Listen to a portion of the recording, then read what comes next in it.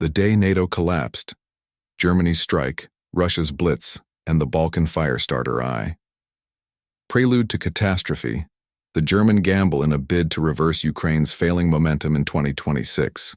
Newly elected German Chancellor Friedrich Merz, under pressure from Atlanticist hawks, authorizes the transfer of long-range Taurus cruise missiles to Kyiv.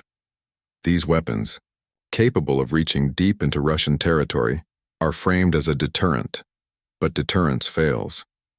One night in autumn, several of these missiles hit military installations outside Moscow. Though damage is limited, the symbolism is shattering. Germany has crossed the Rubicon. Putin addresses the Russian people the same night.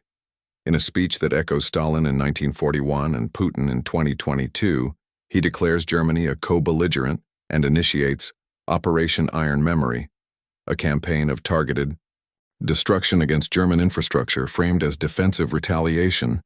2. Operation Iron Memory. Russia strikes back within 24 hours. Russia launches over 400 cruise and hypersonic missiles from Kaliningrad, Belarus, and submarines in the Baltic Sea.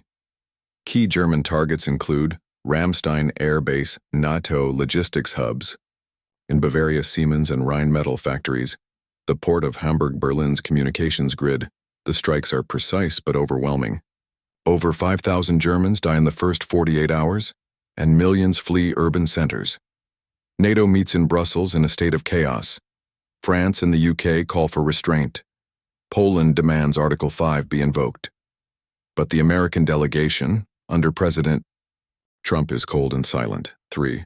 Trump's cold calculus. America stands down. Trump, re-elected on a platform of non-interventionism, declares, Germany provoked this war. The United States will not risk a nuclear confrontation for Berlin's mistake. He withdraws all U.S. forces from Germany and suspends NATO's Article 5 guarantee, pending review. The Atlantic Alliance is dead, not by Russian weapons but by American abstention. 4. The Balkan catalyst. Dodik seizes the moment as Germany burns and NATO fractures. Milorad Dodik, leader of the Republika Srpska, acts.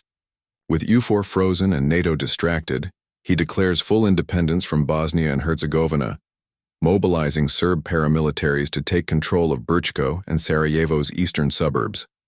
Serbia supports the move silently, mobilizing forces under the guise of peacekeeping. Russia recognizes Republika Srpska within 12 hours. Bosniaks, backed quietly by Turkey, begin to resist. Civil war ignites, drawing in Croats, Serbs, and jihadist foreign fighters. It's 1992 all over again, only worse. France and Britain in the crosshairs with Germany neutralized, Putin shifts focus to France and the UK, the only remaining nuclear powers in NATO. France is overwhelmed by riots and political paralysis. The UK is in post-Brexit economic collapse. Putin doesn't need to invade. He launches cyber attacks, strategic leaks, energy cutoffs, and political destabilization, framing it as Europe's decolonization. Simultaneously, Kaliningrad becomes a forward operating fortress, backed by Chinese logistical support. Turkey's strategic pivot as NATO crumbles. Turkey closes Incirlik Air Base, declares neutrality, and strengthens ties with Russia and China via the Shanghai Cooperation Organization. Erdogan, or his successor, plays a triple game. Supports Bosniaks rhetorically, trades with Russia pragmatically, leads the Turkic world diplomatically, this neo-Ottoman balancing act reshapes the Eurasian power structure, replacing NATO with a fractured multipolarity. 7. Conclusion. End of the Atlantic era by 2027. The world looks nothing like it did before. Germany is a smoldering ruin, politically isolated.